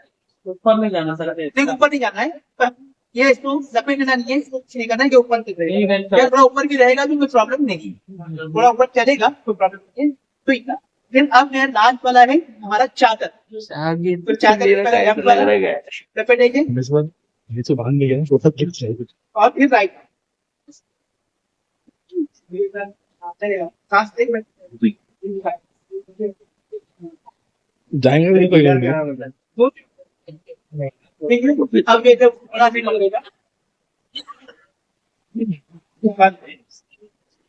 इसके बाद तो करना कर लो। अब जैसे ये भाई इधर बांध रहे हैं, इसी तरीके से इधर भी बांधना है और बीच में बांधना है। अब खाना चाय बिछा सकते हैं, या बिछा करके कमर ये भाई देख जिंदा है जैसे इंतकाल हुआ था पैर और चुट्टी जगह बांधे थे, अब मुश्किल हो गया तो उसके बाद भी इसको दोनों पैरों को और हाँ चाहे तो जो है पैरों को भी दोनों मिला करके बांध सकते। और ये भी बात ये रूटीन बात अगर जरूरत लगी तो ही मानना ही ये बांधना जरूरी नहीं है। ये सारी चीजें एहतियाती है कि अगर किसी चीज का खुल जाता है बांध तो उसको बांधने की जरूरत है। अगर वो नहीं खुलता है तो आप नहीं बांधे चलेगा। किसी का पैर अकड़ते हैं तो आपको पैर बांधना है, अगर पैर नहीं अकड़ता नहीं बांधते कोई प्रॉब्लम नहीं। यानी ये सारी चीजें उसकी जरूरत के मुताबिक, ठीक है। अब इस तरीके से पैर भी बांधा गया है, यहाँ पेट भी बांधा गया, इसी तरीके से ऊपर सर की तरफ भी बांध दिया गया। तो ये पूरा जो है कपड़ पहनाने का काम कंप्लीट है, ठीक है। अब इसके बाद जो है जो आमतौर पर पिंजरी बोलते हैं या तो जनाजा बोलते हैं, नहीं ठीक है।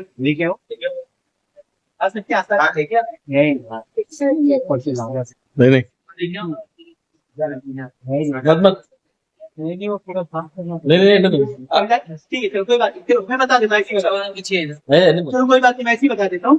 उसमें पिंजरी में रखा आपने, और पिंजरी में रखने के बाद जैसे आपने जनाजे में रखा, रखने के बाद जो है ऊपर से हरी चादर मस्जिद बनाने का इंतजाम रहता है, हरी चादर या कोई भी चादर जो कलमे की चादर जो भी होता है आप ऊपर से उड़ा दिया। उड़ाने के बाद जो है आप नमाज जनाजा पढ़ना है, लेकिन नमाज जनाजा में बात बताऊंगा ताकि जो है प्रैक्टिकल बता सके। तो आप जो है अगर लेके चलना तो लेके चलना है तो कैसा होगा, अगर हम इसको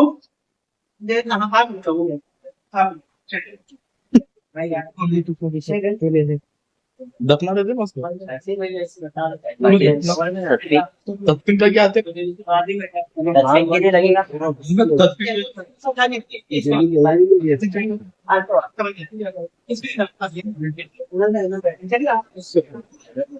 भाई वो हाथ बैठाओ अभी मैं ये भाई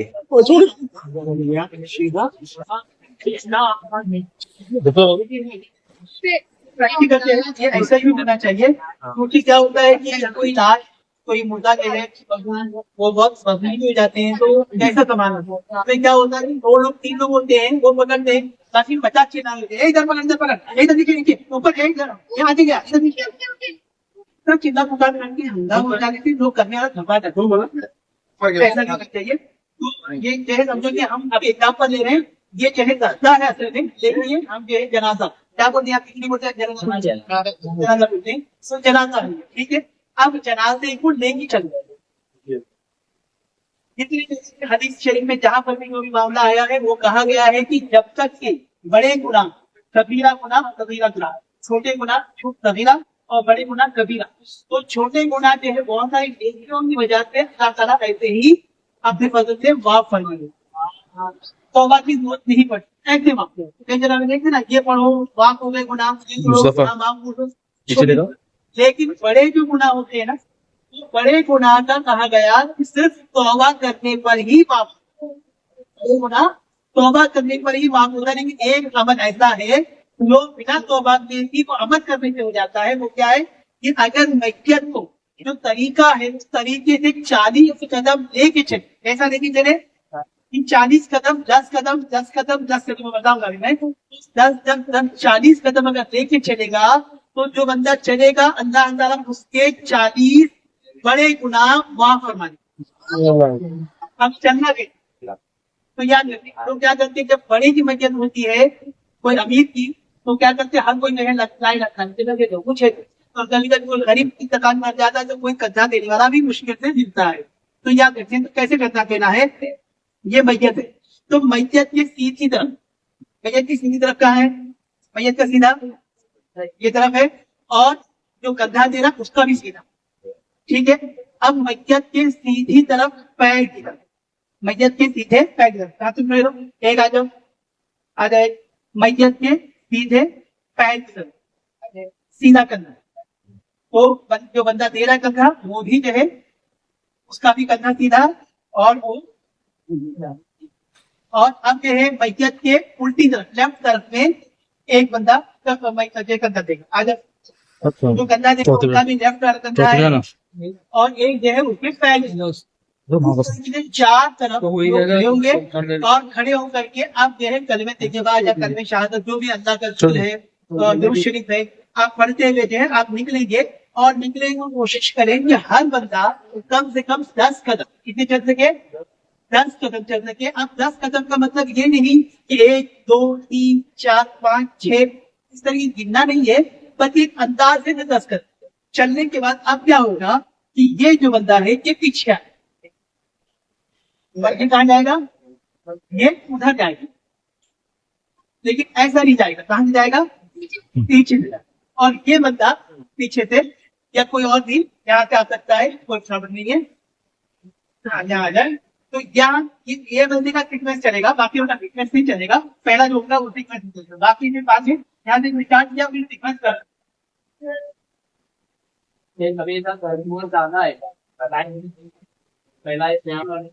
पहला वाला जो है हर सीक्वेंस जो 3 लोगों का उनका गड़बड़ होगा, बाकी एक बंदे का सीक्वेंस चालू हो जाएगा, उसके बाद जितने चाहे तो सब सीक्वेंस से चल सकते, चल सकते।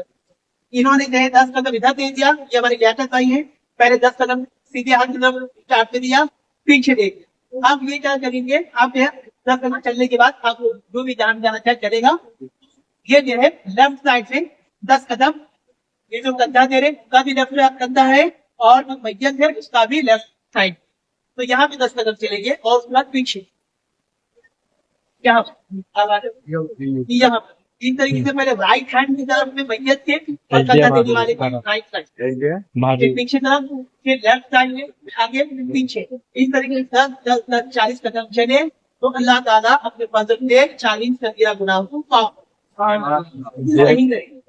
सही तरीका है। इस तरीके की कोशिश करना चाहिए। पहली बात कह रहे कुछ लोग बाकी खा जाएगा कर सकते हैं। आप कुछ लोग बहुत ज्यादा मैयत के आगे जाते हैं कंधा देने के लिए, तो बहुत ज्यादा आगे नहीं जाना चाहिए, बल्कि उसके करीब करीब ही रहना चाहिए, 2-4 आगे जब मैयत को उठाते हैं तो जो आगे लगे हुए तो कंधे पे रखना चाहिए या हाथों में पकड़ के लेना चाहिए? पकड़ने का पूरा रखना है, हाथों को पकड़ने का जो है कंधे पे ही रखना चाहिए, क्योंकि कंधा देना चाहिए वाले, ठीक है। लेकिन कई बार क्या होता है कि जो है जब चांद होती है ना तो उसमें से कुछ ज्यादा छोटे कद का होता है और कोई थोड़ा बड़े कद का होता है, तो तब बड़े कद वाला जो है वो ऐसा चलना जरा मुश्किल है उसको, लेकिन छोटे कद वाला क्या करेगा, थोड़ा सा ऐसा उठा करके देगा तो जो है लेवल पे चलेगा। वरना क्या होगा कि बड़े कद वाला जो है घर दिया कंधा ये लंबा, और छोटे कद वाला अगर ऐसा ही देगा तो वो ऐसा टेढ़ा हो जाएगा, और टेढ़ा होने बिजली और वो इसके लिए थोड़ा सा बैलेंसिंग करने में चाहे तो आप हाथ उठा लें या थोड़ा सा हल्का सा साउंड कर ले अपने आप को, ताकि मैयत है आसानी से जाए। बजाहिर तो मैयत है, बजाहिर तो मैयत है, लेकिन फरमाया गया जिस तरीके से हमको तकलीफ होती है ना किसी चीज से, उससे ज्यादा तकलीफ उससे ज्यादा तकलीफ होती है। इसके लिए बहुत संभाल कर एहतियात के साथ, और कुछ लोग बहुत तेजी के साथ दौड़ते हैं तो तेजी के साथ भी दौड़े, बल्कि स्लो हिसाब से अच्छे से चले, मयाना लगी जब सुन्नत तरीका सुन्नत तरीके से चले, और जाने के बाद जो है कम से कम होती है। ऐसा होता है यहाँ पे देखा गया जनाजा जब जो बनता है तो काफी जलता है। यहाँ कुछ लोग क्या करते हैं, एक जन आगे चला जाता है, एक जन उधर चला जाता है और इस तरह से पकड़ लेता पीछे नहीं, और बाकी जो चार करने नहीं गए ताकि वो तेज जाए। ये सब अगर कोई पकड़ता है आगे पीछे जनाजा ज्यादा हिले नहीं कर सकता है, कोई प्रॉब्लम नहीं है। लेकिन मैंने बताया अगर चार तरफ जो लोग हैं वो हर कोई अटक कर समझदारी करे कि जो है मैं क्या हाइट वाला हूँ और मेरे साथ कितने हाइट वाले हैं, तो वो लेवल पर अगर संभाल के चले तो मैं तो ऐसे नहीं गिलेगा नहीं। लेकिन ऐसा हर कोई संभाल नहीं पाता है, वो जल्दबाजी में गड़बड़ करता है, तो कोई आगे आगे पीछे वो काट जाता है तो कर देता है, कोई प्रॉब्लम नहीं। संख्या जो है जिक्र वगैरह हाँ, जिक्र वगैरह पढ़ना चाहे थोड़ा सा बुलंद आवाज से पढ़ सकता है या तो आहिस्ता आवाज से पढ़ सकता है। लेकिन कई लोग पढ़ते कलमा पाक, कलमा शहादत, कलमा पाक, कलमा पाक, कलमा शहादत तो क्या, तो कलमा पाक जो है वो ला इलाहा इल्लल्लाह मुहम्मद रसूलुल्लाह है, और कलमा शहादत अशहदु अन ला इलाहा इल्लल्लाह व अशहदु अन्ना मुहम्मदन अब्दुहु व रसूलुहु। तो ये जो उनका नाम हो लेकिन वास्तव में पढ़ते नहीं। जैसे ये मिसाल ऐसा है कि जैसे अगर आप खाना खाने बैठे तो बिरयानी, पुलाव, रोटी, चावल ऐसा खाली बोलने से पेट भरेगा, खाना पड़ेगा ना। तो खाली बोलने से, जैसे व्हाट्सएप में भी करता है कई बार जो आता है ये अमल करने से चाहिए सवाब है, चांद में ये सवाब है, ये पढ़ो, चांद को देख करके ये पढ़ो, बनाना, वो पढ़ता कोई भी नहीं, सब व्हाट्सएप पर फॉरवर्ड कर, ये देखो ये देखो ये देखो ये देखो, तो फॉरवर्ड करने से सवाब मिलेगा जब सामने वाला पढ़ेगा। लेकिन आप उससे पहले पढ़ी, ये ज्यादा जरूरी है। फॉरवर्ड करेंगे लेकिन पढ़ी। मैयत के आगे जो जनाजे को कथा देने के लिए जितने लोगों की जरूरत है उतने लोग ही आगे चलना है, बाकी कोई भी मैयत से आगे नहीं जा सकता, मैयत के आगे नहीं जा सकता। और कई लोग हैं जैसे मैयत को देखिए खड़े होते हैं ना, तो खड़े होना ये बेहतर तरीका है, गलत नहीं है, करना चाहिए। पूछा गया कि ये क्यों खड़े होना है, तो कहा गया है कि जो है एक मोमिन है की वजह पर उसका एहतराम करते हुए, और दूसरा उसके साथ फरिश्ते हो, तो उन फरिश्तों का एहतराम करते हुए खड़े होना चाहिए, खड़े रहे बेहतर है। और ये जनाजे को करना दिया, आपने कब्रिस्तान तक पहुंचा दिया, आप नमाज जनाजा दी, ठीक है। तो नमाज जनाजा का जो है प्रैक्टिकल तरीका बता देते हैं, तो आप लोग सब बनता है, आप सब बना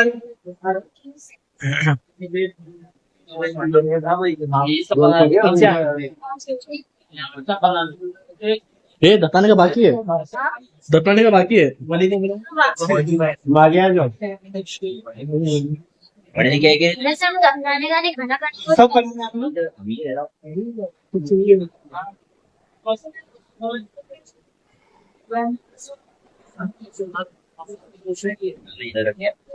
स्टार्ट है ये नीचे का तो देखिए तुम्हारे दोस्त का कैसा है कि वो खाते नहीं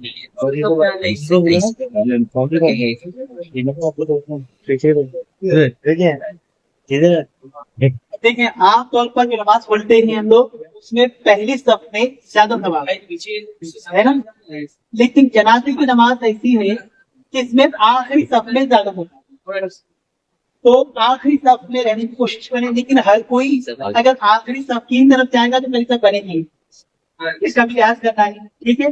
और हो सके तो 7 अदद पर 3, 5, 7 या 9 या 11 इस तरीके से 7 अदद वाले सब बने, सब बना लिया। अब सब बनाने के बाद यह सब हम आमतौर पर जब नमाज पढ़ते हैं उसमें बाकायदा इतनी जगह डिस्टेंस छोड़ते हैं, तो उतने डिस्टेंस में बोलते हैं क्योंकि कोर्स नहीं कर। इसमें जो है तकबीर तहरीमा और इसका जो तकबीर है वो फर्ज में से है, और कयाम खड़े रहना ये फर्ज है, तो इसका खास ख्याल रखें। तो आप खड़े हुए और नियत क्या करेंगे, नियत करेंगे कि आपने नमाज जनाजा की 4 तकबीरों के और वास्ते अल्लाह ताला के दुरूद नबी करीम सल्लल्लाहु अलैहि वसल्लम के लिए और दुआ इस पीछे इस इमाम, इस तरीके से दिल में इरादा कर लें, जबान से कहना चाहें जबान से कहें, और कहने के बाद आप खड़े हो। अब खड़े होने के बाद जो है अल्लाह अकबर कहेंगे, ये पहली तकबीर होगी, कहें अल्लाहु अकबर, पहली तकबीर होगी। पहली तकबीर के बाद आप पढ़ेंगे सना सुब्हानक अल्लाहुम्मा व बिहम्दिका तबारक अस्मुका व तआला जद्दुका। उसके बाद एक लफ्ज ऐड करना है, वह चल्ला सनाउका वला इलाहा, जो आमतौर पर आप सना करते हैं उसके मुकाबले में जैसे नॉर्मल नमाज में भी हम पढ़ते रहते थे ना, तो उसमें खाली जल्ल तनाव का ये एक ऐड करके ये तना पढ़ लिया आपने पहली तकबीर। हाँ दूसरी, हाँ अगर किसी ने ऐड नहीं किया नॉर्मल तना पढ़ा तो भी वो सही है, कोई प्रॉब्लम नहीं है, लेकिन सही तरीका एक लफ्ज ऐड करके पढ़ेंगे बैठे। अब दूसरी तकबीर, तो पहली तकबीर में तो आपने हाथ उठाया, लेकिन अब दूसरी तकबीर में आपको हाथ नहीं उठाना है। अब लोग हाथ नहीं उठाते हैं, कुछ लोग गलती से हाथ उठाते हैं। अब हाथ नहीं उठाए तो कुछ लोग क्या करते हैं, अपना सर उठाते हैं। अब इमाम कहते हैं अल्लाहु अकबर, तो आपको सर नहीं उठाना है, हाथ नहीं उठाना है, आप जैसे हैं वैसे ही खड़े रहना है, आपको हाथ छोड़ना भी नहीं है। दूसरी तकबीर अल्लाहु अकबर, आप क्या करेंगे, दरूद इब्राहिम पढ़ेंगे।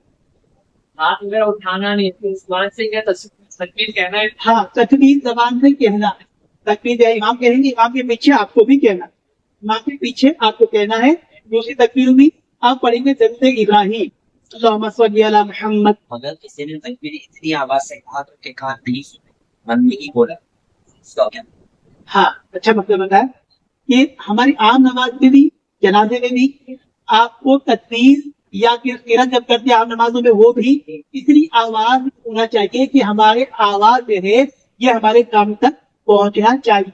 अगर हमारी आवाज हमारे कान तक नहीं पहुंचती और वहां पर कोई शोर वोर नहीं है, कोई प्रॉब्लम नहीं है, नॉर्मल जो है माहौल है, और फिर भी नहीं पहुंचती है, तो उस बंदे की वो नमाज या तो तकबीर तहरीमा भी अगर ऐसा कहा तो स्टार्ट ही नहीं, और अगर आगे जाकर के कुछ गड़बड़ होगी तो उस बिना पर उसकी वो खराबी आएगी, जो जैसा भी हुक्म होगा वैसा हुक्म उसका लगे।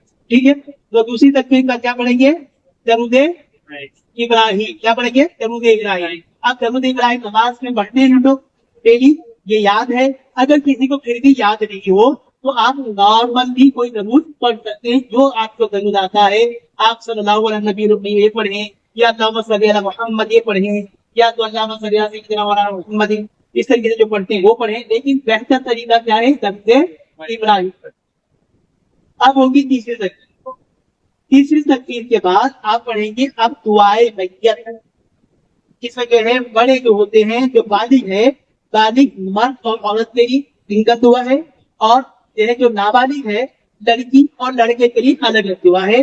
जैसे बड़े के लिए है अल्लाहुम्मा रब्बी क्या है, अल्लाहुम्मा के लिए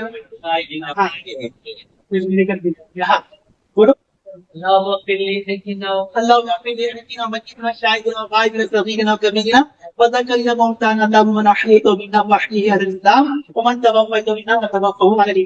ये है तो दुआ छूटी, लेकिन याद करने थोड़ा सा कंफ्यूजन होता है, लेकिन कोशिश करें कि याद करें इंशाअल्लाह दुआ याद करें। तो ये दुआ पढ़ें, और उसके बाद में आप होगी हाँ, अगर दुआ किसी को याद नहीं है तो चाहे तो जो है दुआए मासूरा पढ़ सकता है। ये दुआ मासूरा कौन सी, जब नमाज में पढ़ते हैं ना दरूद इब्राहिम के बाद, अल्लाहुम्मा इन्नी ज़लमतु नफ्सी ज़ुल्मन कसीरा, ये पढ़े, या अल्लाहुम्मा रब्बिग़फिरली व लिवालिदैया व लिमन तवल्ला वरहमहुमा कमा रब्बयानी सग़ीरा, यानी पढ़े। अगर ये भी याद नहीं तो आप पढ़े अल्लाहुम्मा रब्बना आतिना फिद दुनिया हसना व फिल आखिरति हसना व क़िना अज़ाबन्नार, ये पढ़े, लेकिन अल्लाहुम्मा मेरे लगाना है।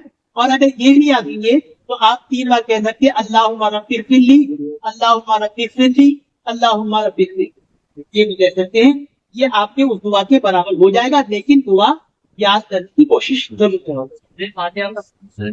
हाँ सूरह फातिहा हम पढ़ सकते हैं दुआ के लिए। ठीक है, अब ये 3 हो गया, 3 तकबीर।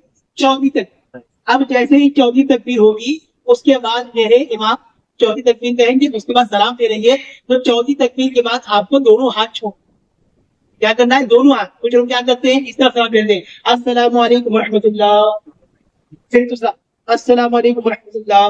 तो दोनों हाथ एक साथ छोड़ना है, अलग अलग नहीं छोड़ना है। दोनों हाथ छोड़ा और एक तरफ सलाम फेरा और दूसरी तरफ सलाम फेर। अच्छा, ये दुआओं को कैसे याद रखते हैं? टोटल कितनी तकबीरें हैं? 4। पहली तकबीर तो तकबीर तहरीमा है, उसके बाद आप सना पढ़ेंगे। ये सना क्या है, अल्लाह की तारीफ। सबसे पहले क्या है, अल्लाह, तो अल्लाह की तारीफ सबसे पहले। तो हमने पहले अल्लाह की तारीफ, अब अल्लाह के बाद दुनिया में सबसे बड़ा कौन, नबी सल्लल्लाहु अलैहि वसल्लम। तो दूसरी तकबीर के बाद हमने अपने नबी पर जो सबसे बड़े हैं दुनिया के, हमने उन पर दरूद पढ़ा। अब उसके बाद तीसरी तकबीर। अब तीसरी तकबीर के बाद में हमने क्या किया, मस्जिद के लिए जितने जमा हुए हैं उसके लिए दुआ। अब चौथी तकबीर का हमने नमाज मुकम्मल कर दी। तो सबसे पहले अल्लाह की तारीफ, उसके बाद नबी पर दरूद, उसके बाद मस्जिद के लिए दुआ और चौथी तकबीर के बाद सलात। इस तरीके से भी आप सीक्वेंसफुल याद रख सकते हैं। इस तरीके से आपकी नमाज मुकम्मल हो गई। कभी कभार किसी की छूट जाती है तकबीर, एक आध तकबीर अगर छूट गई तो इमाम की सलाम देखते ही उसके तकबीर करें, या अगर दुआ नफी करने वाले हैं तो चाहे तकबीर दे करके दुआ भी पढ़ सकते हैं, लेकिन जितना नहीं कर सके तो कम से कम तकबीर करें, क्योंकि तकबीर देना ही फर्ज है। करके तकबीर कहे करके सलाम देके उसके बाद जनाजे में आगे शामिल हो जाए। और जब मिट्टी देने के बाद जाए तो मिट्टी देने के डर पे लोग जो है बहुत कंफ्यूज होते हैं और बहुत कंफ्यूज करते हैं और बहुत शोर मचाते हैं। तो कब्रिस्तान जाते हैं कि चप्पल जूते ना लेके जाएं, एक चीज तो ये ख्याल रखें। और जिनकी जितने लोगों की जरूरत है कब्र के करीब उतने लोग जाएं, ज्यादा लोग नहीं जाए, क्योंकि कब्र अक्सर जो बदलती रहती है, तो पता नहीं आपके पैर के नीचे कब्र कभी जमाने की नहीं होगी। इसके लिए मना किया जाए कब्र पर पैर रखने के लिए। अल्लाह के नबी सल्लल्लाहु अलैहि वसल्लम फरमाते हैं मुझे ये तो पसंद है कि मेरा पैर अंगारे में पड़े, लेकिन किसी मोमिन की कब्र पर न पड़े। तो मोमिन की कब्र पर पैर नहीं रखना है। आप जब मिट्टी देने की बात आएगी ना, तो लोग क्या करते हैं, ये गमेला लेकर के भी घुमाते हैं। ऐसा भी करते हैं, वैसा भी कर सकते हैं, या नॉर्मल भी आप कब्रिस्तान के कब्र में मिट्टी डाल सकते हैं। तो पहला आप उठाएंगे हाथ ऐसा दोनों हाथों से लेकर के जितना पानी दो हाथ में पड़ेंगे, मिनहा मदद ना हो वो मिनहा इस तरीके से 3 टुकड़ों में दुआ पड़ेंगे। बिना मदद ना हो वो मिनहा नहीं दूंगा वो मिनहा नो के जब कब्र में डाल देंगे मैयत को, तो मैयत को ऐसे सुना करके उनका चेहरा जो है कि एक तरफ कर देंगे, सिर्फ चेहरा की एक तरफ करके बाकी जैसा वैसे तरीके का भर्ती करें, खाली चेहरा कर देंगे, चेहरा करके और ये हम क्या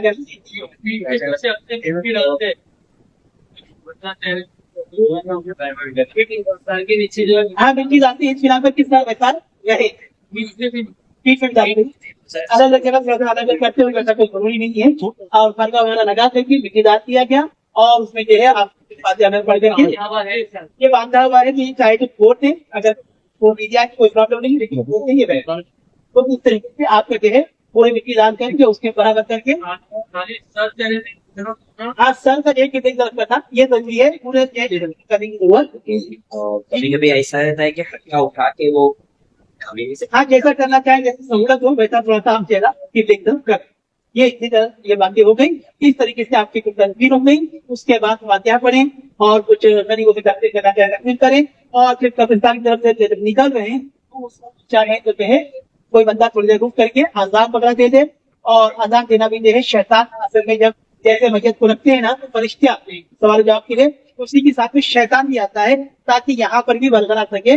लेकिन जैसे अजान होती है तो फरिश्ते तो रुकते हैं लेकिन शैतान भाग जाता है। तो इस बिना पर जो है मस्जिद को आसानी मिलती है। और कुछ इलाकों में तलकीन करना है, यहाँ पर भी करती है, कहते हैं कि ऐ बंदे बोल कि ये गवाही दे कि तेरा रब अल्लाह है और मेरा रब अल्लाह है, तेरे रसूल और मेरे रसूल हजरत मोहम्मद सल्लल्लाहु अलैहि वसल्लम है, तेरा दीन इस्लाम है। इस तरीके से कुछ लोग ऐसा खड़े रह करके बोलते हैं, तो ये भी जो है कहने की इजाजत दी गई है। इसके अलावा भी कई तरीके के इसाल जवाब कर सकते हैं। अब इसके आगे कोई अगर सवाल है तो तकरीबन मस्जिद का पूरा तरीका हुआ है। आप 5 मिनट बैठ जाए और तो सवाल पूछना चाहे पूछ कब्र में उतारते वक्त में पहले एड़ी रखना चाहिए या सर रखना चाहिए, ये पूछ रहे हैं। तो कब्र में उतारते वक्त कोई एड़ी जब सर का ऐसा कोई मसला नहीं है, बल्कि जो है लोग या 3 लोग जैसे उतरते हैं उतर करके से संभाल करके पूरी बॉडी को नीचे रखें, क्योंकि अगर एड़ी या सर की तरफ रखने की कोशिश करेंगे तो शायद हो सकता है बैलेंसिंग आउट होगा, प्रॉब्लम होगा। इसके लिए आप पूरा एक तरह से उतार सकते हैं। तो भाई सवाल है आप लोगों के, तो सवाल पूछें वरना आपकी बात होने के बाद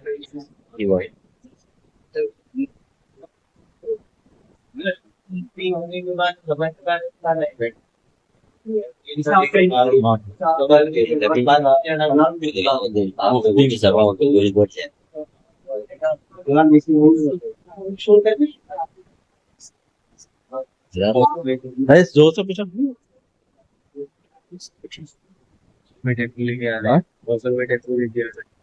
खैर मुस्लिम का अगर जनाजा निकला तो किनारे जहन्नम कहना सही है, यानी हाँ कह सकते हैं आप जो है किनारे जहन्नम कह सकते हैं। और उसका एहतराम करने की जरूरत नहीं है और उसमें शामिल भी होना चाहिए नहीं। उससे बचना चाहिए। एक मसला मेरे रह गया है, वो बताता हूँ। क्योंकि मस्जिद में हम जनाजा नहीं पढ़ते हैं और पाक साफ जगह पे नहीं, जिस जगह पर मस्जिदों में ऐसी अलग जगह होती है या कब्रिस्तान की जगह होती है, बहुत सारे इलाकों में देखा कि वहां पर अलग से जनाजे की जगह नहीं होती। मेरे खुद इलाके में रोड चलती है, रोड चलते चलते लोग उधर पड़ते हैं, तो वहां पर कैसा करना है, आपको चप्पल जो है लोग उतार करके सारी मरते हैं और खड़े हुए। तो अगर चप्पल उतार करके आप साइड में खड़े रह रहे हैं तो जमीन जो जिस जगह पर आप खड़े हैं वो जमीन पाक होना चाहिए, वरना आपकी नमाज नहीं होगी।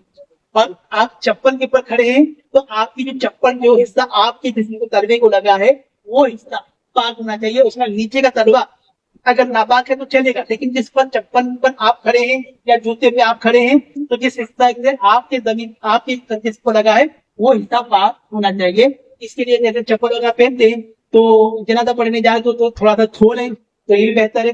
तो इस तरीके से पढ़ सकते हैं। और अगर पाक साफ जगह है तो आप चप्पल उतार कर भी नमाज जनाजा पढ़ सकते हैं। और अगर चप्पल जूता पहनकर पढ़ेगा तो भी नमाज हो जाएगी। लेकिन चप्पल जूता पहनकर नमाज पढ़ने में भी वही मसला आएगा कि जहाँ पर पढ़ रहे हैं वो जमीन और वो चप्पल और जूता वो भी पाक होना चाहिए। तो जैसे भी रोड पे पढ़ते हैं तो रोड के बारे में यकीन नहीं होता है कि वो पाक है या नापाक है, तो अब इस सूरत में फिर क्या किया? अगर पाक है या नापाक है या आपको यकीन नहीं है तो वक्त मिले तो थोड़ा सा जो है चप्पल को अगर धो ले। जैसे नॉर्मली हम लोग आमतौर पर जो मैयत वगैरह शामिल होते हैं तो चप्पल हम भी साथ में होते हैं, जूते वगैरह तो नहीं होते हैं, तो धो ले तो बेहतर। या तो फिर जो है अगर कोई चीज बिछा सके तो बिछा ले, चाहे पेपर ही सही कोई और चीज ही सही, वो बिछा करके उस पेपर पे पैर रख करके हमें पढ़ सकते हैं, लेकिन जगह वो पाक होना चाहिए। ये चप्पल मतलब चप्पल के अंदर पैर रख सकते हैं, चप्पल के ऊपर पैर रख? अगर पहन कर मतलब पैर अगर डालते हैं तो हम जो जिस जगह पर पढ़ रहे हैं उस जमीन और इसके अलावा वो चप्पल या जूता जिस पे पैर डाले हैं वो दोनों पाक होना चाहिए। और अगर हम चप्पल के ऊपर रखे यानी कि पैर उसमें से निकाल दिया और ऊपर रखें तो जिस जगह हमारी जमीन जो है हमने हमारा पैर लगा हुआ है वो हिस्सा पाक, हाँ ऊपर का हिस्सा पाक होना चाहिए। नीचे अगर नापाक है तो चल जाएगा। ठीक है।